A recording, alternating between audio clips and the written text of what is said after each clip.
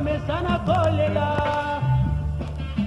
ata kokoma esalelo ya bilombe tika kozinga maboko sala eloko tala basi babandi kosilama ya miso kutisa mouta mabe asala yo banda kala.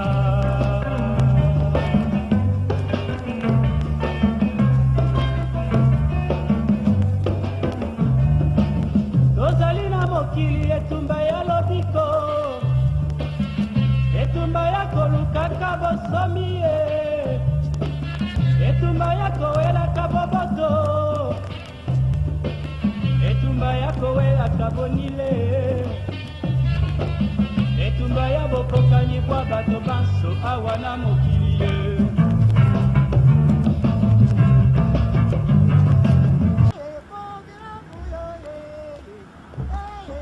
Gwabi, Marienne, 32 ans, chef d'État, un jeune homme. Depuis 1 an et demi, depuis la chute de Massamba Deba, cet homme qui fait son footing tous les matins à 6h30 dans les rues de Brazzaville, cet homme dirige le Congo socialiste. Un officier formé très traditionnellement en France dès l'école des sous-officiers de Strasbourg. Capitaine de parachutiste puis commandant, Marienne Gwabi était l'officier le plus populaire du Congo. Il est devenu président de la République. Entre-temps, il a aussi appris le marxisme-léninisme.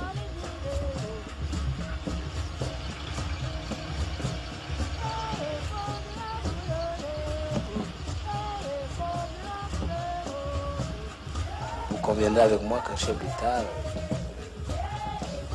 est obligé, n'est-ce pas, de se soumettre à certaines obligations, c'est-à-dire la vie privée du chef d'État n'est plus la même que la vie d'un autre citoyen, c'est-à-dire il n'a plus à se permettre certaines, comment dirais-je, certains privilèges, n'est-ce pas? Je dirais, je ne pourrais pas aller danser dans le bar, c'est fini. Je suis obligé, n'est-ce pas, de vivre la vie du responsable pour pouvoir donner l'exemple.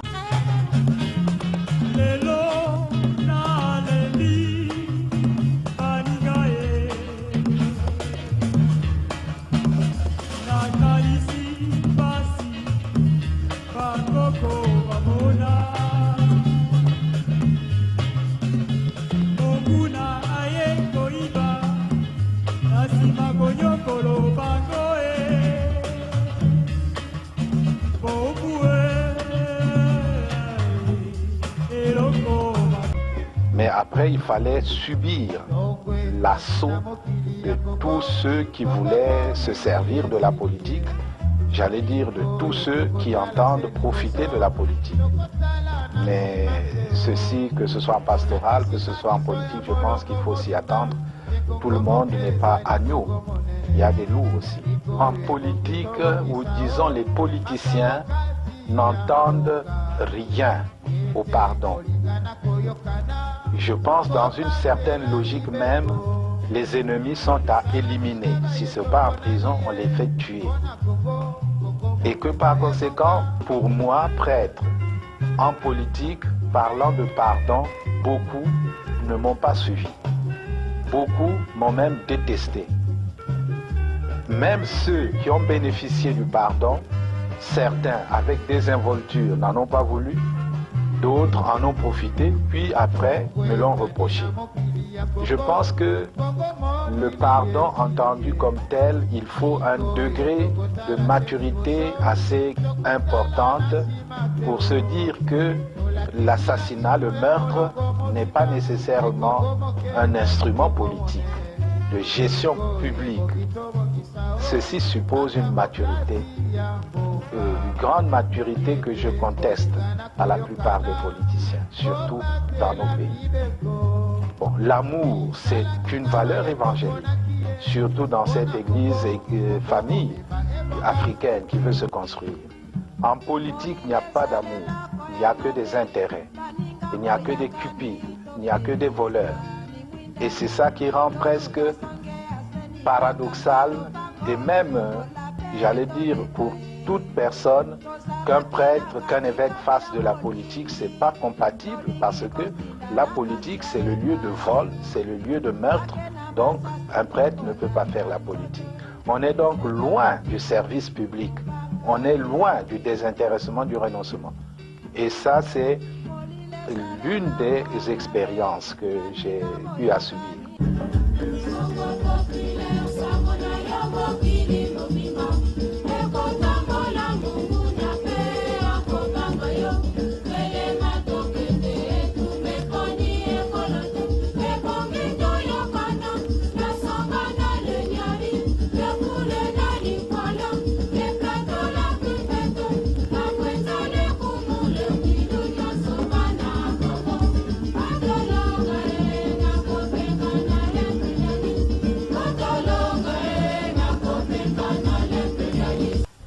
Je pense que le message, c'est un message d'espoir. Parce que nous travaillons. Cela fait aujourd'hui 3 ans que nous sommes en train de travailler pour trouver les moyens afin de restaurer la démocratie au Congo-Brazzaville. Il ne faut pas désespérer. Nous pensons que le moment viendra où ce changement arrivera. Nous savons que le peuple souffre au Congo. Ce n'est pas par un coup de baguette magique que tout redeviendra à la normale. Mais l'espoir est permis aujourd'hui. Voilà le message que je peux ajouter.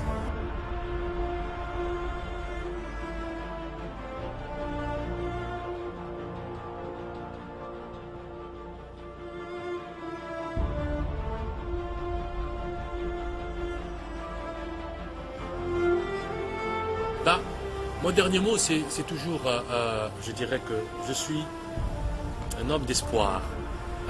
Si il n'y avait pas l'espoir, il y a longtemps que j'aurais, par exemple, renoncé au Congo.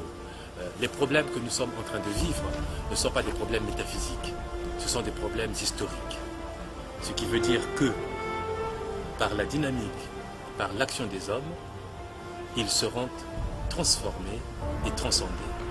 Aujourd'hui, nous sommes dans la misère la plus noire parce que il y a à la tête de notre pays une personne qui s'est accaparée de ce pays sans comprendre la dimension de la fonction qui pouvait être la sienne.